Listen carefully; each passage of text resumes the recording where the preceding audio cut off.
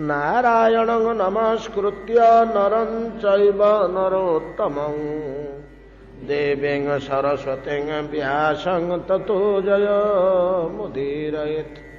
मूकं करोति वाचालं पङ्गुं लङ्घयते गिरिं यत्कृपातमहं वन्दे परमानन्दमाधवं यत्कृपातमहं वन्दे परमानन्दमाधवं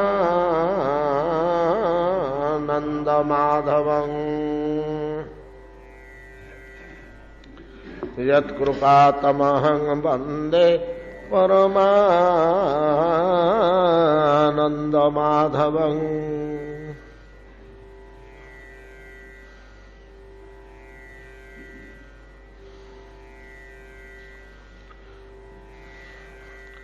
सादबलो परिसंविश्य चर्वतो मिलिते क्षणान् तृप्तान् वृषान् वत्सतरान् गांश्च शूधभराश्रमा प्रावृतश्रियचतां वीक्ष्य सर्वभूतमुदावहां भगवान् पूजयां चक्रे आत्मशक्त्योपबृहिता।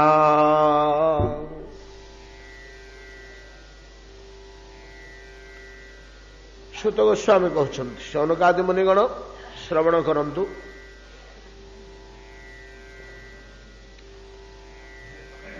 ए विशाल विश्व भगवान ठारू उत्पत्ति है, भगवान ठारे विलय प्राप्त है। एवटी ब्रह्मर प्रथम लक्षण बोली वेदांत दर्शन निर्देश कले। वेदांत दर्शन पांचटी तत्व को 556 सूत्र रे प्रकाश करछन्ति। पांचटी तत्व को 556 सूत्र रे प्रकाश करछन्ति वेदांत दर्शन। ये वेदांत दर्शन महर्षि कृष्णद्वैपायन व्यासदेव द्वारा निर्मित एवं सर्वबृहत सर्वोच्च सर्वसूक्ष्म गभीराति गभीर दर्शन शास्त्र। जेते दर्शन शास्त्र अच्छी एटा सबुठारु बड़ दर्शन शास्त्र। अति गभीरतर रहस्य तत्व एथरे विचार करा जायछि एवं मानवीय चिंताधारा एही शास्त्र माध्यम रे अत्यंत गभीरतम स्तर को गति करे। एही वेदांत दर्शन शास्त्र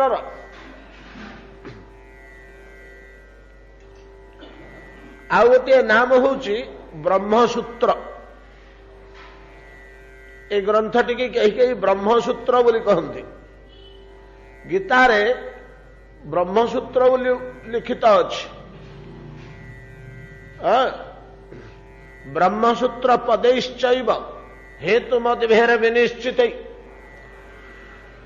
भगवान कहते अर्जुन को, अर्जुन हो मु जो रहस्य और तत्व गुड़िक तुमको कहूची एगुड़िक ब्रह्मसूत्र पदई ब्रह्मसूत्र पद मानकरे माने सूत्र मानकरे वर्णना करा जायछि। ब्रह्मसूत्र पदैश्चैव हेतु मतभेद विनिश्चित से बहु विचार पूर्वक निश्चय करा जायछि। तत्व कौन कि पदार्थ किंबत किमाकार क्यों लक्षण युक्त ब्रह्मसूत्र वेदांत दर्शन जोड़िए ना। एतद व्यतीत तार आउ गोटे नामकरण मध्य अछि। अनेक तो उत्तर मीमांसा बोली मध्य कहन्ति। वेदांत दर्शन ब्रह्मसूत्र उत्तर मीमांसा गोटे शास्त्र रे एगुड़िक सब होची नाम भिन्न भिन्न नाम। उत्तर मीमांसा पूर्व मीमांसा बोली गोटे अच्छी जैमिनी द्वारा रचित मीमांसा दर्शन ताको मीमांसा बोली कहती ତା ନା ପୂର୍ବ ମୀମାଂସା, ୟା ନା ଉତ୍ତର ମୀମାଂସା ବୋଲି ଅନେକ କହନ୍ତି। ଏତଦ ବ୍ୟତୀତ ଆହୁରି ଗୋଟିଏ ନାଁ ଅଛି ବେଦାନ୍ତ ଦର୍ଶନର, ତା ନାଁ ହେଉଛି ଶାରୀରିକ ସୂତ୍ର। ଶାରୀରିକ ସୂତ୍ର ଏ ନାଁଟି କେବେ ହେଲା? ଆମମାନେ ଅଳ୍ପ ଜ୍ଞାନୀ, ଆମେ ଏତେ କଥା କହିପାରିବାନି, ଜାଣିପାରିବାନି। ତ ମନେ ହୁଏ ଭଗବାନ ଆଦିଶଙ୍କରାଚାର୍ଯ୍ୟ ଯେତେବେଳେ ବ୍ରହ୍ମସୂତ୍ରର ବେଦାନ୍ତ ଦର୍ଶନର ଟୀକା କଲେ, ସେ ଯେଉଁ ଭାଷ୍ୟଟି ତିଆରି କଲେ, ସେ ଭାଷ୍ୟଟିର ନାଁ ଦେଲେ ଶାରୀରିକ ଭାଷ୍ୟ। ଭାଷ୍ୟଟା ବେଦାନ୍ତ ସୂତ୍ର ଗୁଡାକର ଭାଷ୍ୟ, ତାର ଅର୍ଥ, ତାର ବ୍ୟାଖ୍ୟା, ତା ଭିତରେ ଥିବା ରହସ୍ୟକୁ ସେ ବାହାର କରିଛନ୍ତି। ଏ ସୂତ୍ରଟାରେ କ'ଣ କୁହାଯାଉଛି? କିନ୍ତୁ ସେ ନିଜର ଟୀକା ଗ୍ରନ୍ଥଟିର ନାମକରଣ କଲେ ଶାରୀରିକ ସୂତ୍ର। ଶାରୀରିକ ସୂତ୍ର ବା ଶାରୀରିକ ଭାଷ୍ୟ ବୋଲି ନାମକରଣ କରିବାରୁ ବୋଧହୁଏ ପରବର୍ତ୍ତୀ କାଳରେ ତାକୁ ଶାରୀରିକ ସୂତ୍ର ବୋଲି ମଧ୍ୟ କୁହାଯାଇଛି। କାହିଁକିନା ଶଙ୍କରାଚାର୍ଯ୍ୟ ତ ଜଣେ ଅସାଧାରଣ ବ୍ୟକ୍ତି ଥିଲେ। ସେ କ'ଣ ଆମ୍ଭଳିଆ ଜଣେ ମଣିଷ କି? ଅତି ମାନବ ଜଣେ। ଆମେ ତ ତାଙ୍କୁ ଶିବାବତାର, ଭଗବାନ ଶଙ୍କରଙ୍କ ଅବତାର ବୋଲି କହୁଛୁ। ଅଲୌକିକ କାର୍ଯ୍ୟକଳାପ ଥିଲା ତାଙ୍କର। ତେଣୁ ତାହାଙ୍କ ଚିନ୍ତାଧାରାକୁ ସମ୍ମାନ ଦେବାକୁ ଯାଇ, ତାହାଙ୍କ ପ୍ରଭାବରେ ପ୍ରଭାବିତ ହୋଇ ପରବର୍ତ୍ତୀ କାଳର ଆଚାର୍ଯ୍ୟଗଣ ଶାରୀରିକ ଭାଷ୍ୟ ଶଙ୍କରାଚାର୍ଯ୍ୟ ନାଁ ଦେଇଥିବାରୁ ମୂଳ ଶାସ୍ତ୍ରଟିକି ମଧ୍ୟ ଶାରୀରିକ ସୂତ୍ର ବୋଲି ଉଚ୍ଚାରଣ କରନ୍ତି। ସେ ଏଇ ନାଁଟା ବହୁତ କମ୍ ପ୍ରଚଳିତ। କିନ୍ତୁ ବ୍ରହ୍ମସୂତ୍ର, ଉତ୍ତର ମୀମାଂସା, ବେଦାନ୍ତ ଦର୍ଶନ, ଏଇ ତିନି ନାମରେ ପରିଚିତ ଏଇ ଶାସ୍ତ୍ର ବେଦାନ୍ତ ଦର୍ଶନ। ଆମ ସନାତନ ଧର୍ମର ଏଉଟି ହେଉଛି ବ୍ରେନ୍। ଗୋଟେ ଶରୀର ଭିତରେ ବ୍ରେନ୍ର ଯେଉଁ ଗୁରୁତ୍ୱ, ଯେଉଁ ଅବସ୍ଥାନ, ଯେଉଁ କାର୍ଯ୍ୟଦକ୍ଷତା, ବ୍ରେନ୍ର ଶରୀର ଉପରେ ବ୍ରେନ୍, ମସ୍ତିଷ୍କ, ଦହି, ମସ୍ତିଷ୍କର ଯେଉଁ କାର୍ଯ୍ୟ, ସନାତନ ଧର୍ମ, ଆର୍ଯ୍ୟାବର୍ତ ଭାରତବର୍ଷର ସନାତନ ଧର୍ମ ଯଦି ଗୋଟିଏ ମୂର୍ତ୍ତିମାନ ହେଇକରି ଠିଆ ହୁଏ, ତା ଗୋଟେ ମୂର୍ତ୍ତି ବୋଲି ଆମେ କଳ୍ପନା କରିବା, ତାହେଲେ ଏଇ ବେଦାନ୍ତ ଦର୍ଶନ ହେଉଛି ତାର ମସ୍ତିଷ୍କ। ଶରୀର ଭିତରେ ମସ୍ତିଷ୍କର ଯେଉଁ ଗୁରୁତ୍ୱ, ଯେଉଁ ସ୍ଥାନ, ସନାତନ ଧର୍ମରେ ବେଦାନ୍ତ ଦର୍ଶନର ସେହି ସ୍ଥାନ। ଏବଂ ଶରୀର ଭିତରେ ମେରୁଦଣ୍ଡର ଯେଉଁ ସ୍ଥାନ, ଯେଉଁ ଗୁରୁତ୍ୱ, ବ୍ରେନ୍ ସିନା ସବୁ ସଞ୍ଚାଳନ କରିବ, ପରିଚାଳନା କରିବ, ସବୁକିଛି ଦାୟିତ୍ୱ ମସ୍ତିଷ୍କ ଉପରେ, ବ୍ରେନ୍ ଉପରେ। କିନ୍ତୁ ତାକୁ ଧରିକିରି ଠିଆ କରିବ କିଏ? ଯଦି ମେରୁଦଣ୍ଡ ଭାଙ୍ଗିଗଲା ତାହେଲେ ତ ବ୍ରେନ୍ ତାକୁ ଠିଆ କରିପାରିବନି ନା। ତାକୁ ଖାଡ଼ା କରିଲେ ତ ସେଟା ସୁସ୍ଥ ଶରୀର ଠିକ୍ ରହିବ, ମଜବୁତ ହେଇ ରହିବ। ସାଂଖ୍ୟ ଦର୍ଶନ ହେଉଛି ମେରୁଦଣ୍ଡ ସ୍ୱରୂପ। ଆଚାର୍ଯ୍ୟମାନେ କହନ୍ତି ସାଂଖ୍ୟ ଦର୍ଶନ ମହର୍ଷି କପିଳଙ୍କ ଦ୍ୱାରା ରଚିତ ସାଂଖ୍ୟ ଦର୍ଶନ ସନାତନ ଧର୍ମର ମେରୁଦଣ୍ଡ ଏବଂ ବ୍ୟାସଙ୍କ ଦ୍ୱାରା ରଚିତ ବେଦାନ୍ତ ଦର୍ଶନ ସନାତନ ଧର୍ମର ମସ୍ତିଷ୍କ ସ୍ୱରୂପ। ଏଇଭଳିଆ ଗୋଟେ ଶାସ୍ତ୍ର ଇଏ। କହିବା ବାହୁଲ୍ୟ ମାତ୍ର, ଅନେକଙ୍କ ମତରେ କାହିଁକି ସମ୍ପୂର୍ଣ୍ଣ ସତକଥା ଏଇଟା, ମତର ଏଥିରେ ପ୍ରଶ୍ନ ନାହିଁ। ଏ ଶ୍ରୀମଦ ଭାଗବତ ମହାପୁରାଣ ବେଦାନ୍ତ ଦର୍ଶନର ଅକୃତ୍ରିମ ଭାଷ୍ୟ। ଅକୃତ୍ରିମ ଭାଷ୍ୟ, ଭାଷ୍ୟ ସବୁ କୃତ୍ରିମ ମଧ୍ୟ ହୁଏ। ମୁଁ ଜଣେ ଯଦି ବଡ଼ ଜ୍ଞାନୀ ଲୋକ, ମୋର ଗୋଟେ ନିଜସ୍ୱ ମତବାଦ ମୁଁ ପ୍ରତିଷ୍ଠା କରିବାକୁ ଚାହୁଁଛି, ବେଦ ବେଦାନ୍ତ ଉପନିଷଦକୁ ମୋ ମତର ଅନୁକୂଳାତ୍ମିକା ଢଙ୍ଗରେ ମୁଁ ଅର୍ଥ କରିଦେଇ ପାରିବି। ସେଭଳିଆ ଜ୍ଞାନୀ ହେଲେ ସେଟା ସମ୍ଭବ। ଆମକୁ ଆଶ୍ଚର୍ଯ୍ୟ ଲାଗୁଛି। ଗୀତାକୁ, ବେଦାନ୍ତ ଦର୍ଶନକୁ, ବେଦକୁ, ଉପନିଷଦକୁ ମୁଁ ଯେଉଁ ମତଟାକୁ ସ୍ଥାପନ କରିବାକୁ ଯାଉଛି, ଗୋଟେ ନୂଆ ମତବାଦ, ଦାର୍ଶନିକ ମତବାଦ, ତାକୁ ସୁହାଇଲା ଭଳିଆ, ତାକୁ ମ୍ୟାଚ୍ କଲା ଭଳିଆ, ଏଇଟାକୁ ସମର୍ଥନ କଲା ଭଳିଆ ବେଦ ବେଦାନ୍ତ ଉପନିଷଦକୁ ମୁଁ ଅର୍ଥ କରିଦେଇ ପାରିବି ମୁଁ ଯଦି ସେଭଳିଆ ଜଣେ ପ୍ରବୀଣ ଜ୍ଞାନୀ। ଆଜ୍ଞା, ଜ୍ଞାନର ପରିସର କେଡ଼େ ବ୍ୟାପକ ଦେଖନ୍ତୁ। ବେଦ ବେଦାନ୍ତକୁ ଗୋଟେ ଆଡ଼େ ମୋଡ଼ିକିରି ନେଇଯାଉଛି। କିନ୍ତୁ ଏଗୁଡ଼ା ହେଲା କୃତ୍ରିମ ଭାଷ୍ୟ। ଅକୃତ୍ରିମ ଭାଷ୍ୟ जो थे कुआडे नबार किसी नहीं तार प्रकृत अर्थ वेदांत दर्शन प्रकृत अर्थ कुआडे श्रीमद भागवत भाष्ययं ब्रह्मसूत्राण बोली कहुच्छे अयं भागवत ये भागवत शास्त्र 18,000 श्लोक 556 जो सूत्र तार भाष्य सूत्र कहले कौन 4टा अक्षर 5टा अक्षर 7टा अक्षर एमती आसू 5टा 7टा 10टा 8टा 7टा एमती सब गोटे पद छोटिया छोटिया पद ये 5टी 7टी 10टी अक्षर भितर अनंत रहस्य अनंत अर्थ अनंत भाव अनंत तत्व अनंत मीमांसा भर्ती रही ज्ञानी लोक मैंने बाहर करती एड़िकी कपा फुटटे अच्छी तादर जब आम सूता तैयारी करवा सूताटा जमी 1.5 माइल लंबी जाऊँगी कि अध माइल लंबी जाऊँगी सेमतिका से 4-5टी 7टी सूत्र भितर सूत्र कहती आमर सबुड़ाक प्राचीन शास्त्र गुड़ाक सूत्र निर्मित कहीं लोके शुणी शुणिकी मन रखुले तो सूत्र आकार लिखिदे सब मन रही जाऊला जहा आम वेदांत दर्शन उपर बहुत आलोचना होगा आमर जुआड़े गले तो साढ़े पड़े ही जाऊँगी आसी हूनी कौन करवा ए वेदांत दर्शन जोटा आमर सनातन धर्मर मूल मस्तिष्क जोटा दूषित हो गले भूल बोली प्रमाणित हो गले सनातन धर्म पागल मस्तिष्क ही नहीं कि पागल रूपे से प्रत्याख्यात हो पागलटे एतादृश मस्तिष्क स्वरूप सनातन धर्मर वेदांत दर्शन तार 556 सूत्रु प्रथम सूत्रटी आरंभ करने पूर्वर प्रश्न सूत्र अथातो ब्रह्म जिज्ञासा आमे बुझा लांगुएज अनुवाद कले आस ब्रह्म खोजी जीवा ब्रह्म कौन कौटी अच्छी चल खोजी जीवा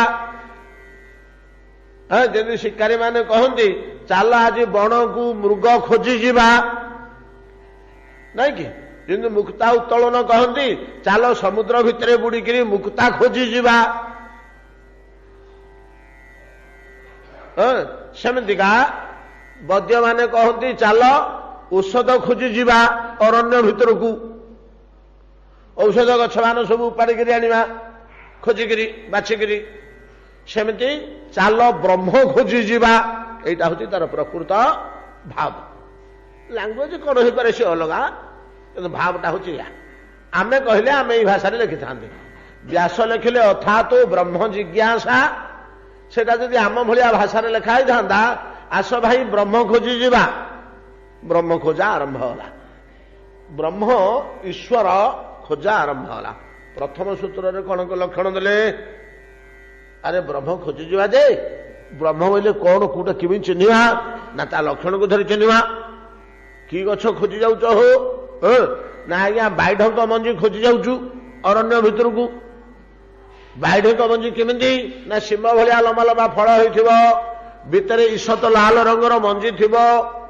10टा 5टा 7टा लेखे मंजी थिबो गोटे गोटे फल रे ता देह मुंड सब शुंक बाजी आगिथिबो से शुंक जदि बाजीगला सेठी कुंडे कुंडे प्राण जीव ये हला बाइढंकर लक्षण ये लक्षण गुड़ाक जानिले तो खोजी जीवा जानिबा सेमती ब्रह्मर लक्षण कौन प्रथम लक्षण देले ब्रह्मर प्रथम लक्षण देले अथा तो ब्रह्म जिज्ञासा परे जन्माद्यस्य जतः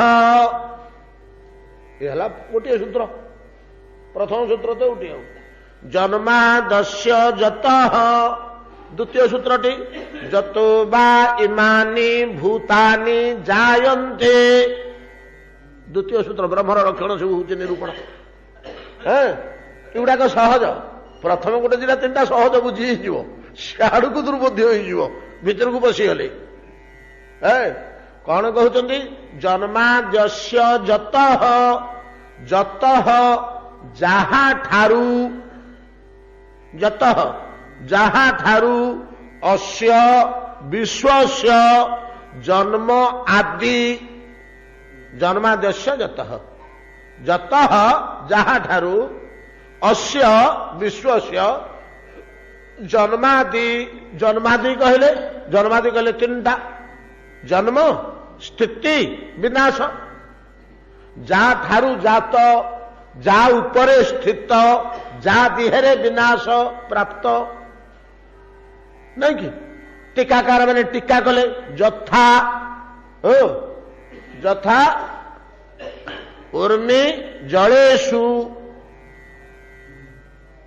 जथा उर्मी जलेषु पानी रे कौन उठी तर गुटे उठी ढेउटे उठी से ढेउटा कौठू उत्पन्न होला हो क्या देहू बाहरला आम नहीं बजार किणी नहीं समुद्र छाड़े ढेउटा को ढेउटा से पानी ही उठला समुद्र ही उठला का ऊपर सी विश्राम करुच्ची गति करुच्ची आश्रय नहीं पानी ऊपर ही विश्राम करुच्ची आश्रय नहीं शेष जो ढेउटा मिले जाऊँगी मिले जाऊँगी से पानी देहरे मिले जाऊँ समुद्र देहरे मिले जाऊँ समुद्र उत्पन्न हो ढेउटा समुद्र उपरे किसी समय रही समुद्र देहरे मिलगला भाया ये विश्व ब्रह्मांड अनंत कोटि कोटि जहा ठारू उत्पन्न हो जहा उपरे किछि काल रही पुणी जहा देहरे विनाश प्राप्त हो जाउछि ताहा ब्रह्म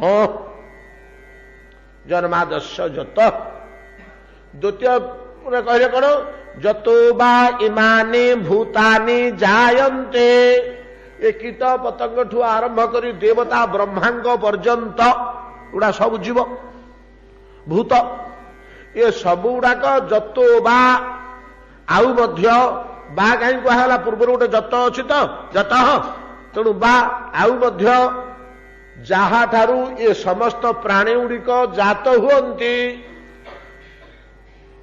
ये प्राणी गुड़ाक सब आम कौठू उत्पन्न होइछे जोठू आम उत्पन्न होइछे सेटा होछि ब्रह्म ये विश्वर उत्पत्ति स्थल ये प्राणी जगतर उत्पत्ति स्थल ब्रह्म ताले प्राणी आ विश्व पलैले जड़ आ चेतन पलैले आ कौन रहा तो किसी नहीं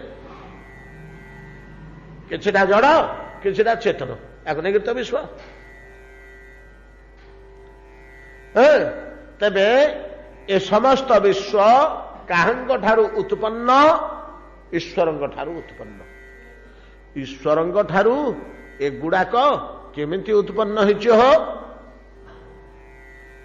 ई तथ्य जदि आम आलोचना कर बसवा आमर ई जन्म तो गलानी 12 आउ अच्छी 4 कि 2 आर जन्म तापर जन्म तापर जन्म तापर जन्म कही होनी अंत 5-7टा जन्म बीतव केमी विश्वटा ब्रह्मांड उत्पन्न होला से तो चेतन तत्वटे एटा तो माटी पानी पथर काठ कागज कलम इमितिका जिनिस गुड़े एटा से केमी उत्पन्न होला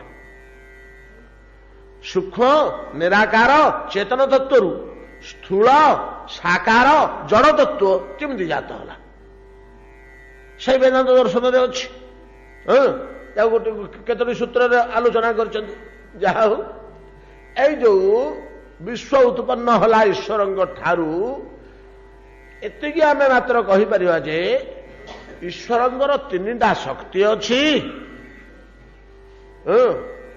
विष्णु शक्ति परा प्रोक्ता क्षेत्र गाख्या तथा परा अविद्या कर्म संज्ञाना तृतीया शक्ति रिच्यते कृष्णेर अनंत शक्ति ताते 3 प्रधान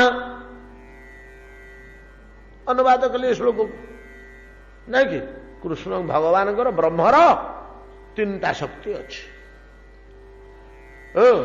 पराश्य शक्ति विविधैव श्रूयते स्वाभाविकी ज्ञान बल क्रिया च 3टा ज्ञान बल क्रिया 3टे मुख्य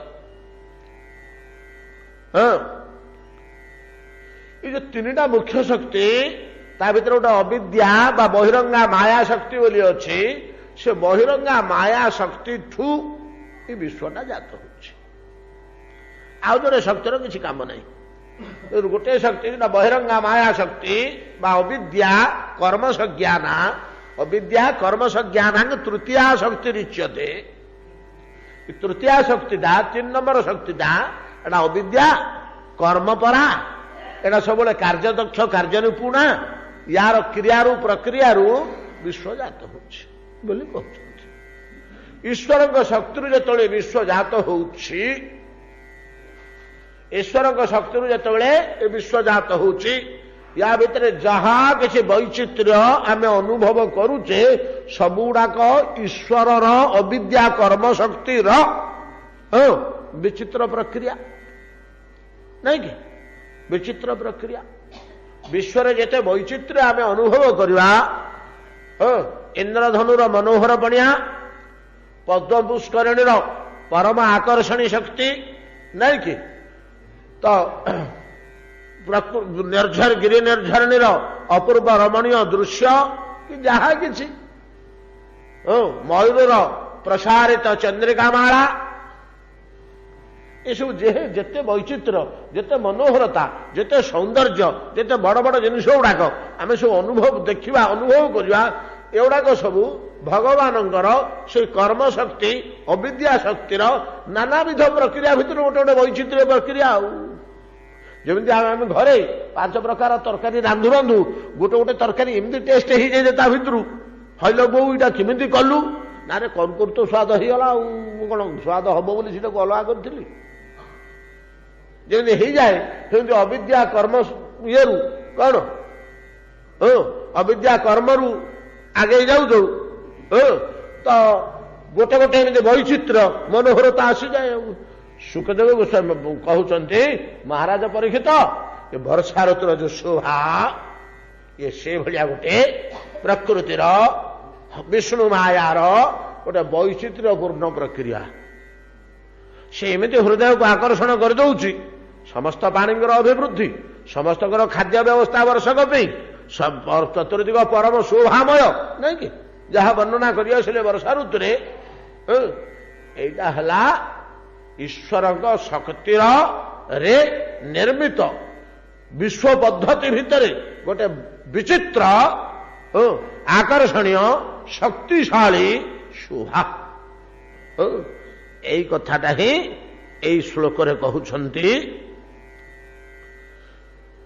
साधबोल परिसंविश्य चर्बतो मिलिते क्षणान तृप्तान वृषान वत्सतरान गांगश शोधभराश्रमा प्रावृत श्रियं चौतांग वीक्ष सर्वभूत मुदावहम भगवान पूजयां चक्रे आत्मशक्ति उपबृंहिता समझ पारे ना आम जी आलोचना कले यही हूँ यही शब्दर तात्पर्य आत्मशक्ति उपबृंहिता उपबृंहिता परिवर्धिता क्या द्वारा यहाँ परिवर्धित हो कौनटा परिवर्धित होती ना भगवान स्वशक्ति अविद्या शक्ति परिवृद्धि विस्तारित है विपुलित है वैचित्र्यमय है वर्षा ऋतु रूपे प्रकाश पाई स्वशक्ति द्वारा परिवर्धित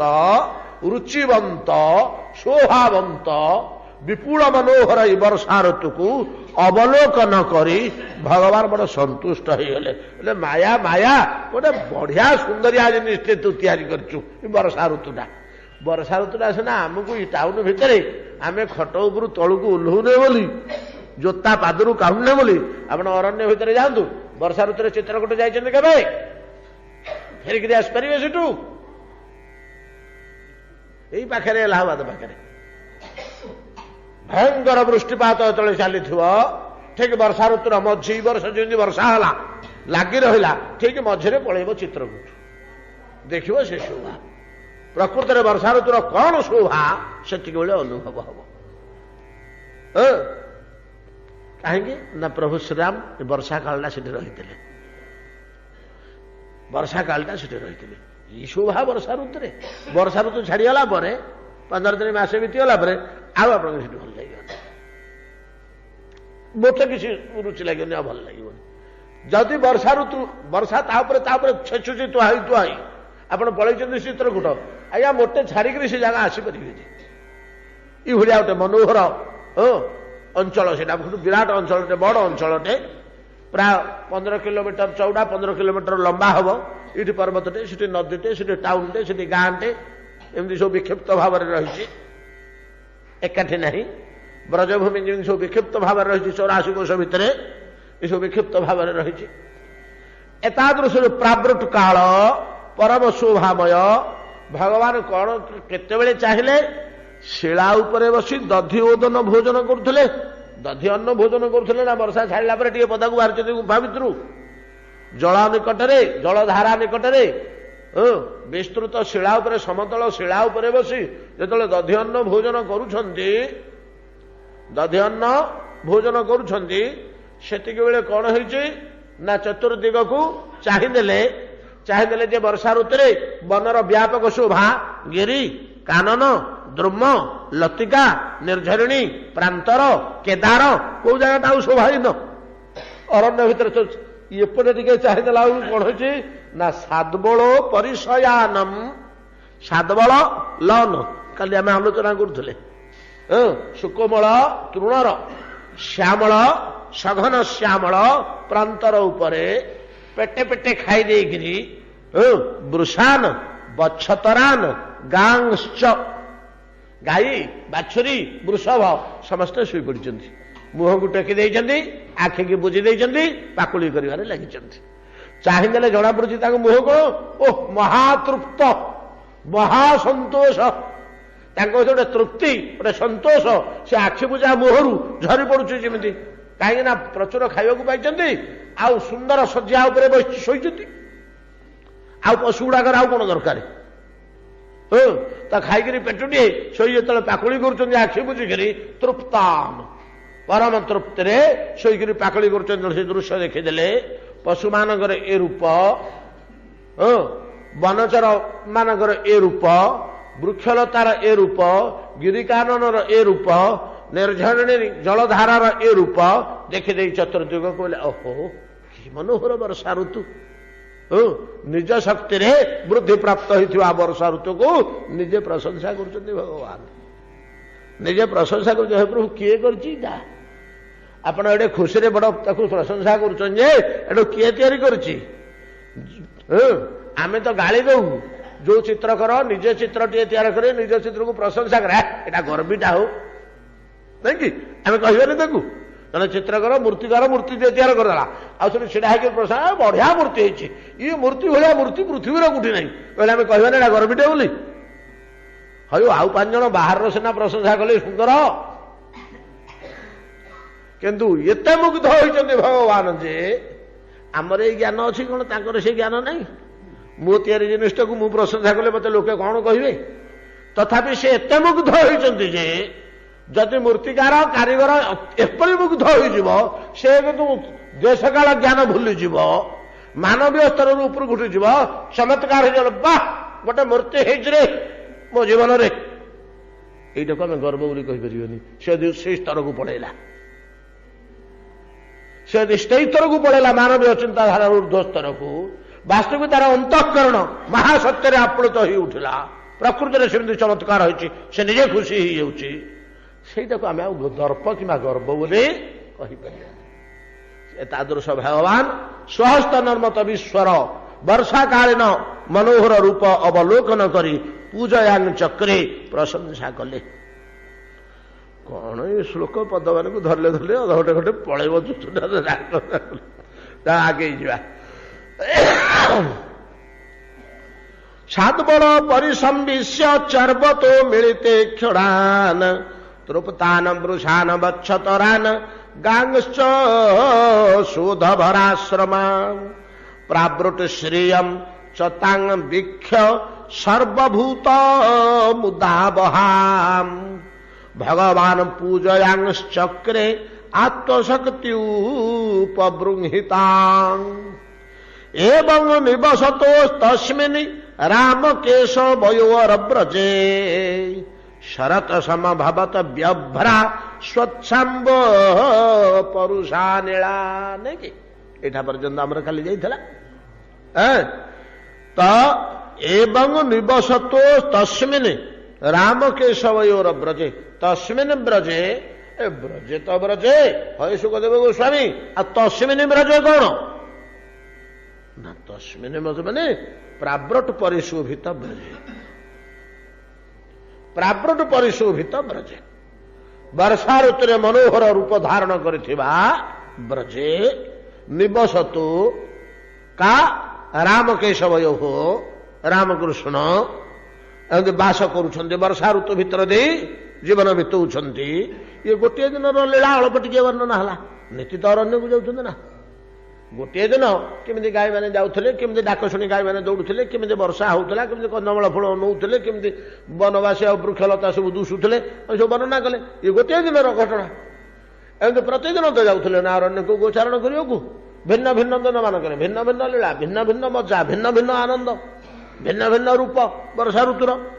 ଏବଂ ନିବସତ, ଏଇଭଳିଆ ବର୍ଷା ଋତୁରେ ବାସ କରୁଥିବା ସମୟରେ ଶରତ ସମଭବତ, ଧଡ଼ ଧଡ଼ ଧଡ଼ ଧଡ଼ ପଦକ୍ଷେପରେ ପୁରା ମାର୍ଚ୍ଚ ହଉ, ମିଲିଟାରୀ ମାର୍ଚ୍ଚ ହଉ କରିକିରି ପଳେଇ ଆସିଲା। କିଏ ସେ? ଶରତ ଋତୁ ଆସିଗଲା। ସମଭବତ, ଶରତ ସମଭବତ ବ୍ୟଭ୍ରା। କେମିତି ଶରତ ଆସିଲା? ହଉ, ଶରତ କହିଲେ କଣ ନା, ଶରତ କହିଲେ ଜାଣିନ, ବ୍ୟଭ୍ରା, ଆକାଶରେ ଆଉ କଳା ମେଘ ନାହିଁ। ଅଭ୍ର କହିଲେ ନୀଳବର୍ଣ୍ଣର କଳାହାଣ୍ଡିଆ ମେଘକୁ ଅଭ୍ର କହନ୍ତି। ଅଭ୍ର ବପୁଷୁ, କୃଷ୍ଣଙ୍କୁ କୁହାଯାଏ ଅଭ୍ର ବପୁଷୁ, ନାଇଁ କି? ନୌମେଟ୍ୟଂ ତେ ଭ୍ର ବପୁଷୁ। ଯାହା ହଉ, ତ ବ୍ୟଭ୍ରା, ଅଭ୍ର ବିହୀନା, ଅର୍ଥାତ ନୀଳ ମେଘ, କଳାହାଣ୍ଡିଆ ମେଘ ଆଉ ଆକାଶରେ ନାହିଁ। ବ୍ୟଭ୍ରା, ସ୍ୱଚ୍ଛାମ୍ବୁ, ନଦୀ ପୋଖରୀ କୂପ ପ୍ରଭୃତିର ଗୋଳିଆ ପାଣି ଆଉ ନାହିଁ। ମଣ୍ଡ ମଣ୍ଡ ମାଟିଆ ରଙ୍ଗର ଗୋଳିଆ ପାଣି ନାହିଁ, ଯାହାକୁ ଦେଖିଲେ ପିଇବାକୁ ଇଚ୍ଛା ହେବନି। ଶୋଷ ହଉଥିଲେ ମଧ୍ୟ ନାହିଁ, ଥାଉ ଘରକୁ ଗଲେ ପିଇବା। ସେ ମଣ୍ଡମଣ୍ଡିଆ ପାଣି ନାହିଁ। ସ୍ୱଚ୍ଛ ନିର୍ମଳ, ତ କାଚ କେନ୍ଦୁ ଭଳିଆ ଜଳ, କାକଚକ୍ଷୁ ଭଳିଆ ଜଳ। ସ୍ୱଚ୍ଛାମ୍ବୁ, ଅପୁରୁଷା ନୀଳା। ପବନ ଟିକେ ବହୁଛି ଯେ ତାର ଦର୍ପ ନାହିଁ। ପବନ ବହୁଛି, ସୁନ୍ଦର ପବନ, ସୁଲସୁଲିଆ ପବନ। କାଶତଣ୍ଡି ଫୁଲ ଉପରେ ଲହରୀ ଖେଳେଇ ଦଉଛି। ସୁନ୍ଦର, ତ ନୂଆ ନୂଆ ଫୁଲ ସବୁ ଫୁଟୁଛି ଶସ୍ୟ କେଦାରରେ, ତାକୁ ଖେଳେଇ ଦେଇକରି ଯାଉଛି। ଟିକେ ଗାମୁଛାକୁ ଉଡେଇ ଦଉଛି, ଲୁଗାକୁ ଉଡେଇ ଦଉଛି ସାମାନ୍ୟ, କିନ୍ତୁ ଭୟଙ୍କର ପବନ ନାହିଁ। ଭୟଙ୍କର ବାଲି ପିଟିଲା ଭଳିଆ ପବନ ନାହିଁ। ଏତାଦୃଶ ଶରତ ଋତୁର ଲକ୍ଷଣ। ବ୍ୟଭ୍ରା, ସ୍ୱଚ୍ଛାମ୍ବୁ, ଅପୁରୁଷା ନୀଳା, ଶରତ ସମଭବତ। ଏବଂ ନିବସତୁ ତସ୍ମିନ୍ ରାମ କେଶବୟୋର୍ବ୍ରଜେ। ଶରତ ସମଭବତ ବ୍ୟଭ୍ରା ସ୍ୱଚ୍ଛାମ୍ବ ପରୁଷା ନୀଳା। ଶରତା ନିରୋଜୋତ୍ପତ୍ତ୍ୟା ନୀରାଣୀ ପ୍ରକୃତି ଯଜୁଃ। ଭ୍ରଷ୍ଟାନାଂ ଇବ ଚେତାଂସି ପୁନର୍ଯୋଗ ନିଷେବୟା। କଣ କହୁଛନ୍ତି? ଶରଦା ନିରୋଜୋତ୍ପତ୍ତ୍ୟା ନୀରାଣୀ ପ୍ରକୃତି ଯଜୁ। ଭ୍ରଷ୍ଟାନାଂ ଇବ ଚେତାଂସି ପୁନର୍ଯୋଗ ନିଷେବୟା। ପୁନର୍ଯୋଗ ନିଷେବୟା। କଣ ହେଇଛି ଘଟଣା? ଏବଂ ଶରଦା ନିରୋଜୋତ୍ପତ୍ତ୍ୟା। ଯେତେବେଳେ ଶରତ କାଳ ଆସି ପହଞ୍ଚିଗଲା, ଶରଦା, ୟାର ଆଉ ଗୋଟେ ସ୍ୱଭାବ ହଉଛି ନିରୋଜୋତ୍ପତ୍ତି। ନିରୋଜ କହିଲେ ପଦ୍ମ। ପଦ୍ମ ଉତ୍ପତ୍ତିର କାଳ ହଉଛି ଶରତ କାଳ। ଅବଶ୍ୟ ପଦ୍ମ ଫୁଲ ଫୁଟେ ନା ଶରତ କାଳରେ ବେଶୀ। ପଦ୍ମ ଫୁଲ ବେଶୀ ଶରତ କାଳରେ ଫୁଟେ ନା। ଫୁଟେ ଯାଇ ଶୀତ ଶେଷରେ ବସନ୍ତରେ। ପଦ୍ମ ଫୁଲ ଶୀତ ଶେଷରେ ବସନ୍ତରେ ଫୁଟେ, କିନ୍ତୁ ଉତ୍ପତ୍ତି ହୁଏ ଶରତ ଋତୁରେ। ପଦ୍ମଲତା କିପରି? ଗ୍ରୀଷ୍ମ ଋତୁରେ, ବସନ୍ତ ଆଉ ଗ୍ରୀଷ୍ମ, ଏ ଦୁଇଟା ଋତୁରେ ପଦ୍ମ ଭରି ହେଇଯିବ ଏବଂ ପୁଷ୍କରିଣୀରେ, ନାଇଁ କି? ବସନ୍ତ ଆଉ ଗ୍ରୀଷ୍ମ, ଏ ଦୁଇଟା ଋତୁରେ ଯେତେ ପଦ୍ମ ଫୁଲ ଆପଣ ଆଣିପାରିବେ, ଏକଦମ ଭରିଯିବ ପଦ୍ମ ଫୁଲରେ ପୁଷ୍କରିଣୀ। ଭରା ହେଇକି ରହିଛି। ସଘନ ପତ୍ର ରାଶି, ଆପଣଙ୍କୁ ପାଣି ଦୂଷିବନି। ଆଉ ଯୋଉ ପୋଖରୀରେ ପଦ୍ମ ଥିବ ଆପଣଙ୍କୁ ପାଣି ଦୂଷିବନି। ପଦ୍ମପତ୍ର ତା ଉପରେ ତା ଉପରେ ତା ଉପରେ ତା ଉପରେ ସବୁ ଛାଇ ହେଇକି ରହିଛନ୍ତି। ପ୍ରଥମେ ଛୋଟିଆ ପତ୍ରଟି ବାହାରିବ, ସେ ଉପରେ ବିସ୍ତାରିତ ହେଇଯିବ। ତା ତଳେ ଏ ପତ୍ରରୁ ଫାଳେ, ସେ ପତ୍ରରୁ ଫାଳେ, ସେ ପତ୍ରରୁ ଫାଳେ ସବୁ ଢାଙ୍କି ହେଇଗଲା। ତା ଉପରେ ଏତେ ମୋଟାରେ ପତ୍ରର ଆସ୍ତରଣ। हाँ मझे मझे गोटे गोटे फुल उपरକୁ ଉଠିଥିବ 6 इंच 8 इंच ଉପରକୁ ଉଠିକିରି ଥିବ। ପଦ୍ମ ପୋଖରୀର ଶୋଭାକୁ ଆଉ ଶୋଭା ଅଛି କି? ତ ଏଇଭଳିଆ ଥାଏ ଆଜ୍ଞା। ଯେମିତି ବର୍ଷା ଋତୁ ପଳିଆସେ ଆଷାଢ଼ ମାସରେ, ଗ୍ରୀଷ୍ମ ଋତୁରେ ତେମିତି ଅବସ୍ଥା ହେଇକିରି ଥାଏ। ରାତି ଅଧରେ ଯେ ଦୁମୁ ଦୁମୁ ଦୁମୁ ଦୁମୁ ଦୁମୁ ବର୍ଷା ବର୍ଷିଦେଲା, ଗଡ଼ିକିରି ଚାରିଆରୁ ପଡ଼ିଆ ଫଡ଼ିଆର ପାଣି ଆସି ପୋଖରୀରେ ପଶିଗଲା। ରାତି ପାଇଲା ବେଳକୁ ଘାଟର 4ଟା ପାଉଛ ବୁଡ଼ି ଯାଇଛି, 3 ହାତ ପାଣି ବଢିଛି ନାଇଁକି? ପୋଖରୀରେ ଯେତିକି ପାଣି ଥିଲା ସକାଳୁ ଗାଧୋଇଲା ବେଳକୁ 3 ହାତ ପାଣି ବଢିଛି। ହେଲେ ପାଣିଟା ସିନା ଧଡକିରି ବଢିଗଲା, ଗୋଟେ ରାତିର ବର୍ଷାରେ ଗଡ଼ି ଆସିକିରି ପଶିଗଲା ଯେ 3 ହାତ ବଢିଗଲା। ଆଉ ପଦ୍ମଟା କ'ଣ 3 ହାତ ବଢିଯିବ କି ରାତିକ ଭିତରେ? ସେ ପଦ୍ମ ରହିଗଲା ତଳେ, ତାର କଢ଼ି, ତାର ଫୁଲ, ତାର ଡାଳ, ତାର ଡଙ୍କ, ଆଉ ତାର ଯୋଉ ନାଡ଼, ଆଉ ତା ପତ୍ର ସବୁ ତଳେ ରହିଗଲା। ତାପରେ 3 ହାତ ପାଣି, ଆଉ ସବୁ ତାକୁ ପଚିକିରି ତଳକୁ ଖସି ପଡ଼ିଲା। ଗଲା କି? ଯେହେତୁ ପାଣି ଉପରୁ ଚଢ଼ିଯାଏ, ଏଇଥିପାଇଁ ବର୍ଷା ଋତୁରେ ସବୁତକ ପଦ୍ମ ପତ୍ର, ଫୁଲ, କଢ଼ି, ମୂଳ, ଡାଳ ତାର ଯାହା ଥିଲା ସବୁ ଗଲା, ସବୁ ଗଲା। ସବୁ ପଚିଯାଏ। ପଚିକିରି 4 ଆଙ୍ଗୁଳି ପଙ୍କ ହେଇଯିବ। ପୋଖରୀ 2 ଆଙ୍ଗୁଳି କି 4 ଆଙ୍ଗୁଳି ପଙ୍କ ହେଇଯିବ। ପଦ୍ମ ପୋଖରୀରୁ ଆସି ଘର ପୋତି ହେଇଯାଏ ନାଇଁ କି? ଆପଣ ଜାଣନ୍ତି ପୋଖରୀରେ ପଦ୍ମ ରୋପଣ କରିବାକୁ ମନା? ଜାଣିନାହାନ୍ତି? କୌଣସି ପୋଖରୀରେ ପଦ୍ମ ଆଣିକିରି ଗୋଟେ ମାଢ଼ି ତାର କି ଡଙ୍କ ପକେଇବାକୁ ହବନି, ମହାପାତକ। କାହିଁକି ନା ଜଳାଶୟଟି ଖୋଳିବା କେଡ଼େ ପୁଣ୍ୟ। ପଦ୍ମଟିଏ ଲଗେଇଦେଲା ମାନେ 10 ବର୍ଷ 15 ବର୍ଷ ଭିତରେ ଜଳାଶୟଟି ପୋତି ହେଇଯିବ। ପ୍ରତିବର୍ଷ ତ ହାତେ ଲେଖେ ପଙ୍କ ପଚିକିରି ବଢିବ ଆଉ କ'ଣ। ତେଣୁ ପଦ୍ମ କେମିତି ଲଗାନ୍ତି କିଏ କହିପାରିବେ? କିଏ କହିପାରିବେ ପଦ୍ମ କେମିତି ଲଗାନ୍ତି ପୋଖରୀ ମାନଙ୍କରେ? ତା ପାଇଁ କ'ଣ ବ୍ୟବସ୍ଥା ଅଛି? ଗୋଟେ ବୃଷ ବା ମଇଁଷି ବା ଷଣ୍ଢ ସେ ତଳେ ଗାଧେଇବାକୁ ପାଣି ଭିତରକୁ ପଶୁଥିବ, ପଦ୍ମ ମାଢ଼ିଟେ ଉପାଡ଼ି ଆଣି ତା ପିଠି ଉପରେ ଥୋଇ ଦିଅନ୍ତି। ସେ ତାର ପାଣି ଭିତରେ ପଶିଗଲା, ସେ ତାର ପାଣି ଭିତରେ ପଶିଗଲା, ଏଟା ଖସି ପଡ଼ିଲା। ଖସି ପଡ଼ିଲେ ତ ବଞ୍ଚିଲା, ଆଉ କ'ଣ ପାଣିରେ ପଡ଼ିଲେ ସିଏ ଆଉ କ'ଣ ମାତିଗଲା ପଦ୍ମ ଆଉ କ'ଣ। ତେଣୁ ଗୋରୁ ପିଠିରେ କିମ୍ବା ମଇଁଷି ପିଠିରେ ପଦ୍ମ ଡାଳ ଥୋଇ ତାକୁ ପୋଖରୀ ଭିତରେ ପୁରେଇ ଦିଅନ୍ତି। ଇଏ ଗୋଟେ ଧର୍ମକୁ ଆଖି ଠାର ଭଳିଆ ନାଇଁକି? ହଉ ଯାହା ହଉ, ଏତିକି ତ ମାନୁଥିଲେ ଆମ ଲୋକେ। ଭୟ ଥିଲା, ଆରେ ଜଳାଶୟ ପୁତା, ପାପ ମତେ ଲାଗିବ ରେ, ସେ ମଇଁଷିକି ଲାଗୁ କି ଷଣ୍ଢକୁ ଲାଗୁ। ଏ ପ୍ରକାର ଯୋଉ ପୁଷ୍କରିଣୀରେ ପଦ୍ମ ଗୁଡ଼ିକ ପଚି ଯାଉଥିଲେ, ବର୍ଷା ଋତୁରେ ପଚିଗଲେ। ଶରତ ଋତୁରେ ଯଦି ନିର୍ମଳ ଜଳ ହେଇଗଲା ଏବଂ ଜଳଧାରା ସ୍ଥିର ହେଇ ରହିଲା, ଜଳ ଯେତିକି ବଢୁଥିବ ତାର ଚାପ ତ ପଡିବ। ସେ ଯୋଉ ମୁଣ୍ଡା ମୁଣ୍ଡା ସବୁ ରହିଛି ପଦ୍ମ କନ୍ଦ ପଙ୍କ ଭିତରେ, କନ୍ଦ ଗୁଡା ତ ଅଛି, ଆଳୁ, ଦେଶୀ ଆଳୁ, ଖମ୍ବ ଆଳୁ ଭଳିଆ ତା ଭିତରେ, ସେଗୁଡାକ ତ ପୋତି ହେଇକି ରହିଛି। ସେଗୁଡା ତ ନଷ୍ଟ ହବାର ଜିନିଷ, କନ୍ଦ ତ କେବେ ନଷ୍ଟ ହବାର ଜିନିଷ ନୁହଁ, ପଙ୍କ ଭିତରେ ରହିଛି। ଯେତେବେଳେ ଜଳର ଚାପ ତା ଉପରେ ଯେତେ କାଳ ପର୍ଯ୍ୟନ୍ତ ପଡୁଥିବ, ତାର ଗୋଟେ ଚେତନା ଅଛି, ସେ ଆଉ ନୂଆ ପତ୍ର କଳେଇବନି, ନୂଆ ଗଜା ଆଉ ବାହାରିବନି। ଯେମିତି ଶରତ କାଳରେ ଜଳ ନିର୍ମଳ ହୋଇଯିବ ଓ ଜଳର ଲେବୁଲ, ୱାଟର ଲେବୁଲ ସ୍ଥିର ହୋଇଯିବ, ଆଉ କମିବନି କି ବଢିବନି, ସେତିକି ବେଳେ ତା ଦେହରୁ ସବୁ ଗଜା ବାହାରିବ। ଗଜା ବାହାରିକରି ନୂଆ ନୂଆ ପତ୍ରରେ ଭରିଯିବ। ସେ ପତ୍ର ବାହାରି ତାର କଢି ବାହାରିବା ପୂର୍ବାବସ୍ଥାରୁ ଆଜ୍ଞା ହେମନ୍ତର ଶିଶିର ପଡିଯିବ। ହେମନ୍ତର ଶିଶିର ପଡିଗଲେ ପଦ୍ମ ଗଛର ଯେତୋଟି ପତ୍ର ବାହାରିଥିବ ସେତିକିରେ ରହିଯିବ, ଆଉ ନୂଆ ପତ୍ରଟିଏ ବାହାରିବନି। ଶିଶିର ଋତୁରେ କୌଣସି ଗଛର ପତ୍ର ଫୁଟେ ନା। ଏ ଶୀତ ଦିନିଆ ଫସଲ ବନ୍ଧାକୋବି ଝଡ଼ା, ମଟର ବନ୍ଧାକୋବି ଏମିତି କେତୁଟା, ଏଇଟା ଶୀତ ଋତୁଆ ଛାଡ଼ିଦେଲେ ଆଉ କୌଣସି ବୃକ୍ଷରେ ପତ୍ର କଳିବନି। ଶିଶିର ପଡ଼ିଗଲେ ଆଉ କୌଣସି ଶିଶିର ଛାଡ଼ିଲେ ଯାଇ ବସନ୍ତ ହେଲେ କଳିବ ନାଇଁ କି?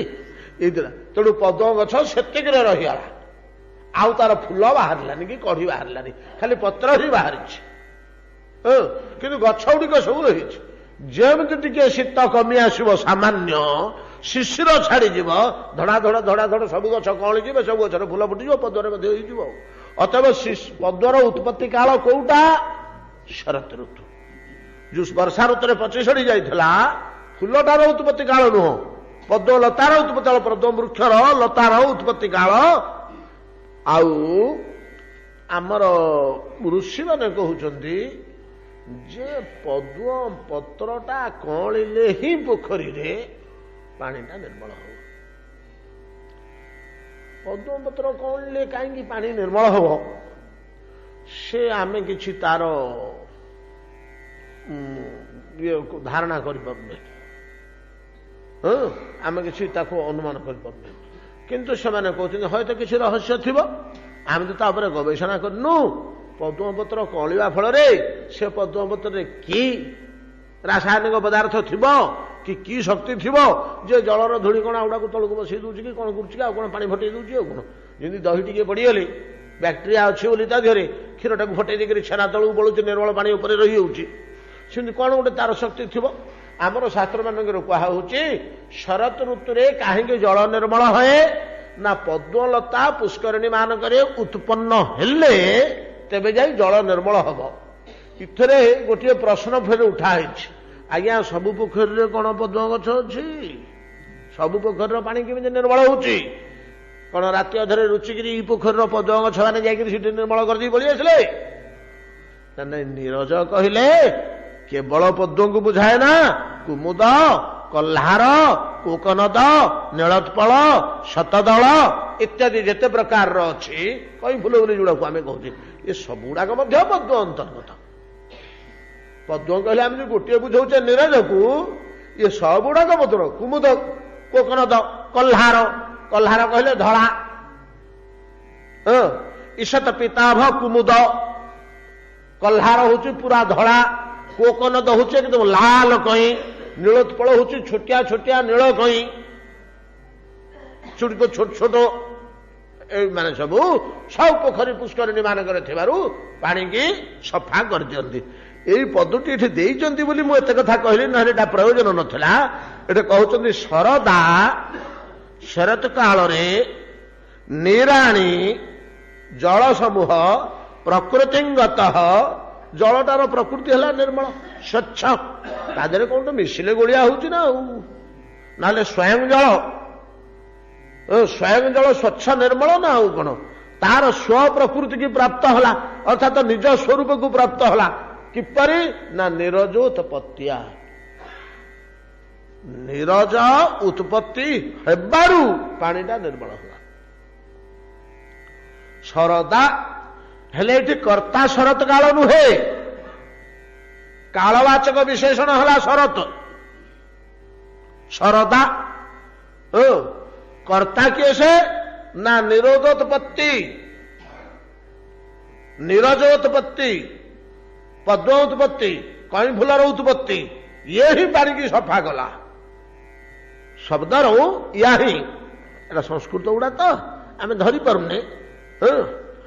ଶରଦା ନିରୋଧୋତ୍ପତ୍ତିଆ ନିରାଣୀ ପ୍ରକୃତି ଯଜୁହୁ ଭ୍ରଷ୍ଟାନାଂ ଇବ ଚେତାଂସି ପୁନର୍ଯୋଗ ନିଷେବୟା ଯଥା, ନାଇଁ କି ଯଥା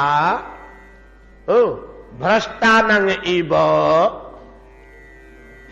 ଭ୍ରଷ୍ଟାନାଂ ଇବ ଯୋଗ ପଥରୁ ଭ୍ରଷ୍ଟ ହୋଇଥିବା ପୁରୁଷ ପୁନଃ ଯୋଗ ପଥକୁ ଫେରି ଆସିଲା ଭଳିଆ। ବୁଝିପାରିଲେ ନା? ଯୋଗ ପଥରୁ ଭ୍ରଷ୍ଟ ହୋଇଯାଇଥିବା ପୁରୁଷ ପୁନର୍ବାର ଯୋଗ ପଥକୁ ଫେରି ଆସିଲା ଭଳିଆ। କିପରି ଯୋଗ ପଥରୁ ପୁରୁଷ ମାନେ ଭ୍ରଷ୍ଟ ହୋଇଯାନ୍ତି କି ନା?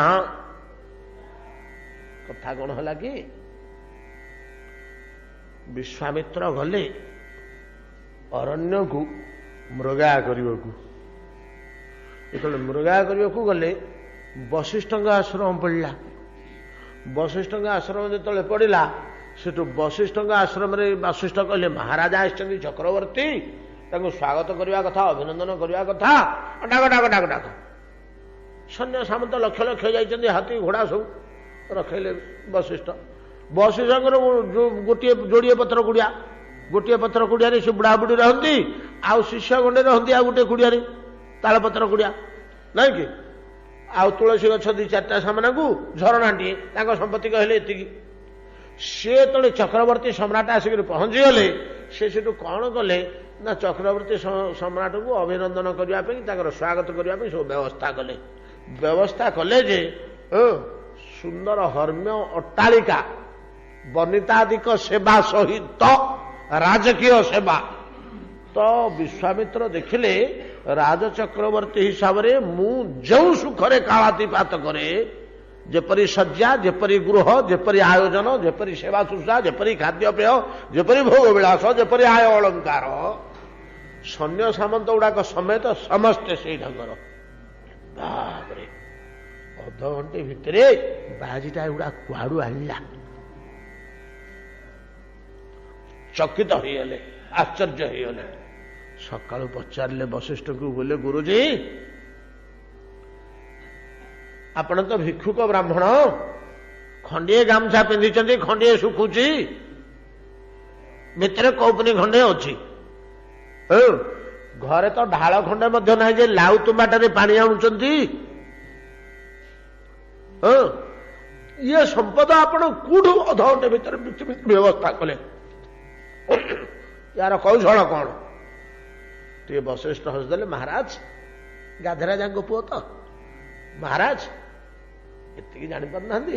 ହେଇ ଦେଖନ୍ତୁ ବୋଲିକରି ଛଡାଟିଏ ବନ୍ଧା ହେଇଥିଲା ଗୁହାଳ ପାଖରେ, ଓଳି ତଳକୁ ଅଗଣାରେ ଘାସ ଚରୁଛି।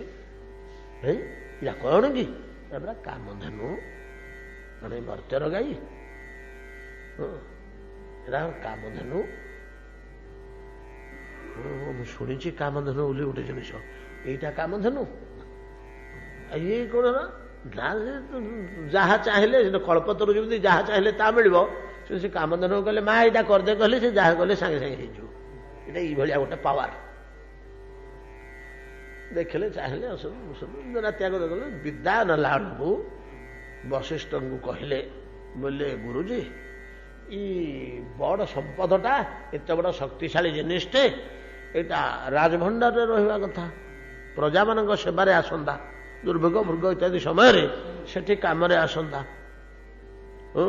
ଆପଣଙ୍କର ଏଠି ବେକାର ହେଇଯାଉଛି ନା, ଆଉ କିଛି କାମରେ ଆସୁନି, ଆଉ ପଡି ପଡିକିରି ଖତ ହେଇଯାଉଛି। ଆମେ କହୁଛେ ମେସିନଟେ ପଡି ପଡି ଖତ ହେଇଯାଉଛି, ଅମୁକ ଜାଗାକୁ ଗଲେ କାମ କରନ୍ତା, ଏଠି ବେକାର ହେଇଯାଉଛି ନା, ଏଠି କିଛି କାମରେ ଆସୁନି, ଆଉ ଖାଲି ବନ୍ଧା ହେଇକି ରହିଛି, କାହିଁକି ରଖିଛନ୍ତି ଲୋଭରେ?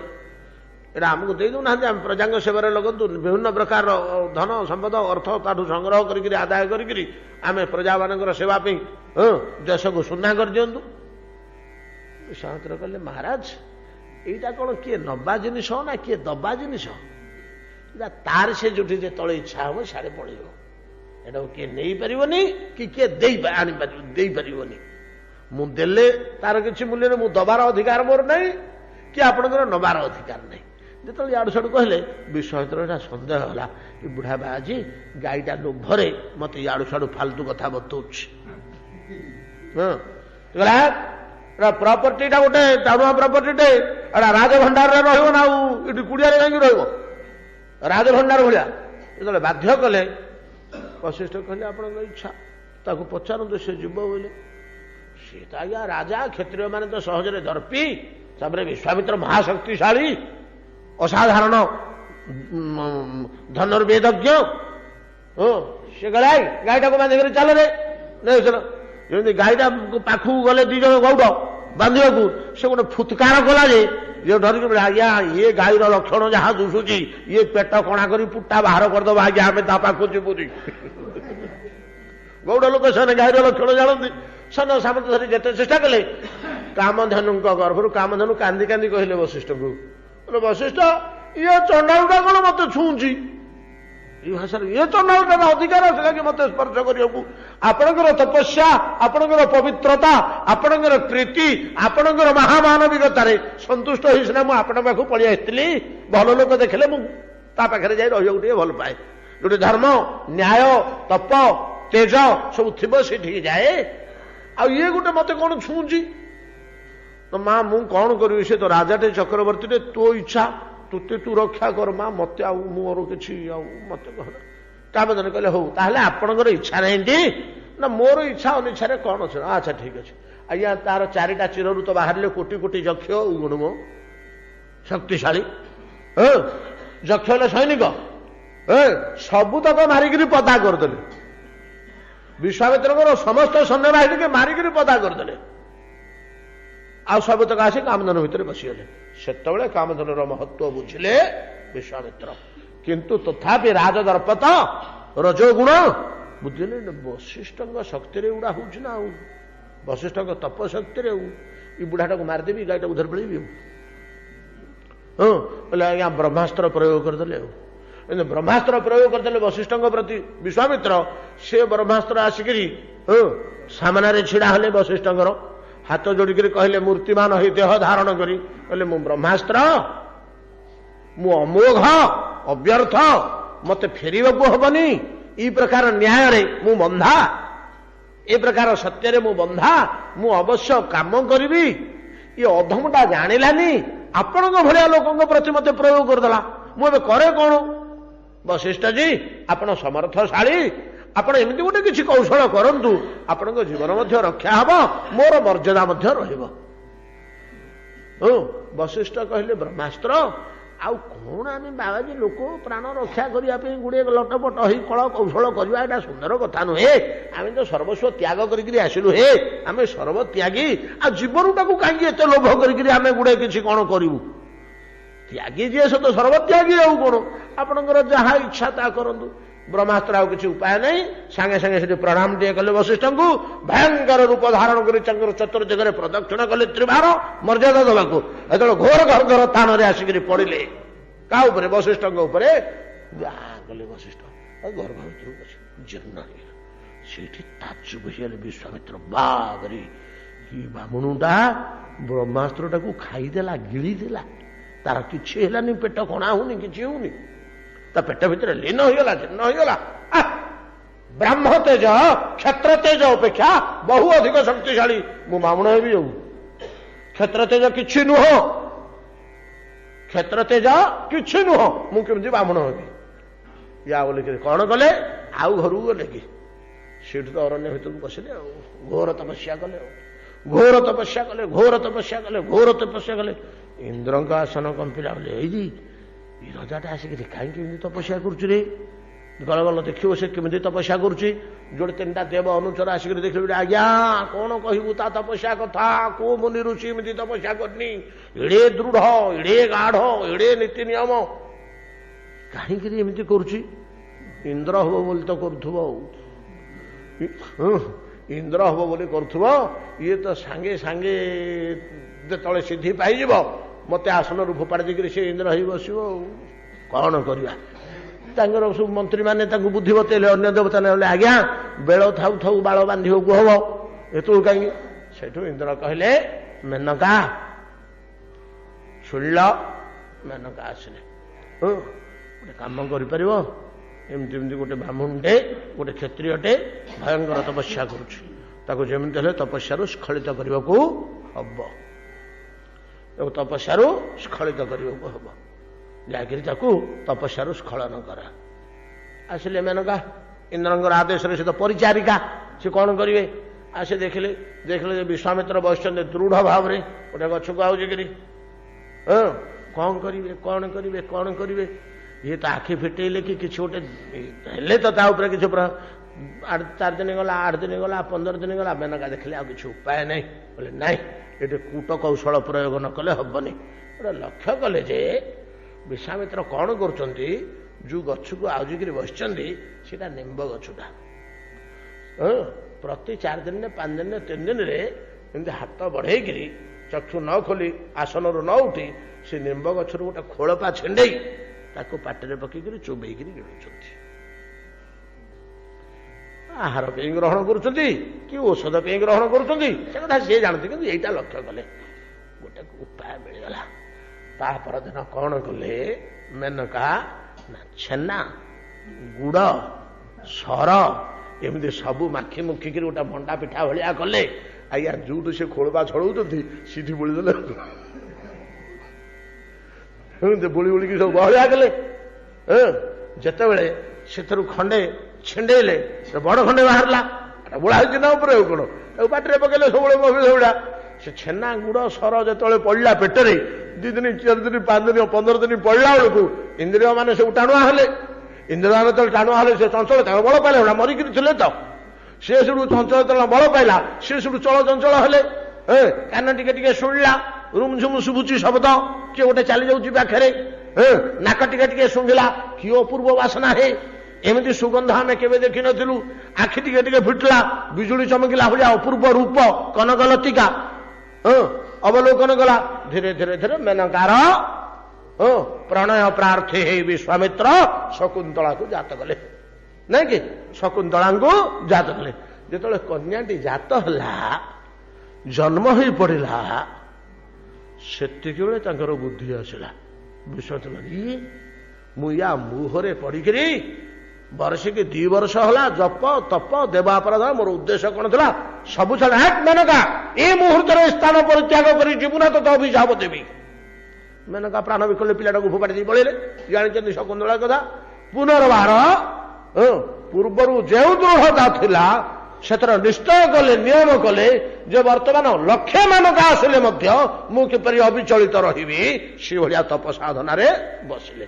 ଅର୍ଥାତ୍ ମହାମହାଯୋଗୀ ମାନେ ମଧ୍ୟ ଯୋଗ ପୃଷ୍ଠରୁ ଭ୍ରଷ୍ଟ ହୋଇ ପୁନର୍ବାର ଯୋଗ ପଥରେ ଯେପରି ଅବସ୍ଥାପିତ ହୁଅନ୍ତି, ତଦ୍ବତ୍ ଏ ନୀର ଜଳ ନଷ୍ଟ ହୋଇଯାଇଥିଲା, ଗୋଳିଆ ହୋଇଯାଇଥିଲା, ପୁନଃ ସ୍ୱପ୍ରକୃତି ଗତ। ଏଇ ପଦଟି ଉପରେ ବହୁତ ଆଲୋଚନା କରିବାକୁ ଅଛି। ପ୍ରଥମରୁ ଆମର ଟିକେ ବେଦାନ୍ତ ଦର୍ଶନଗତ ବିଶ୍ୱ ଆଲୋଚନା କଥା ଆଲୋଚନା ହେଇଥିଲା ବୋଲି, ବିଶ୍ୱ ସମ୍ବନ୍ଧୀୟ କଥା ଆଲୋଚନା ହେଇଥିଲା ବୋଲି ମୁଁ ଗଳ୍ପରେ କରେଇଦେଲି। ପ୍ରଥମରୁ ଟିକେ କଡ଼ା ଜିନିଷ ଆଲୋଚନା ହେଇଛି ତ, ତେଣୁ ଗୋଟେ ଗଳ୍ପ ମାଧ୍ୟମରେ ସମୟ ବିତେଇ ଦେଇଛି। ଏ ଶ୍ଲୋକଟାରେ ଆଉ କିଛି ଜିନିଷ ଅଛି, ରହସ୍ୟମୟ ଜିନିଷ, ଆମର ଜାଣିବା ଜିନିଷ। ଆସନ୍ତା କାଲି ଆଲୋଚନା କରିବେ। ଏତିକିରେ ଯିଭାବତ ବିଶ୍ରାମ କରୁଛୁ। ଭଜନିତାଇ ଗୌରୁ ରାଧେ ଶ୍ୟାମ।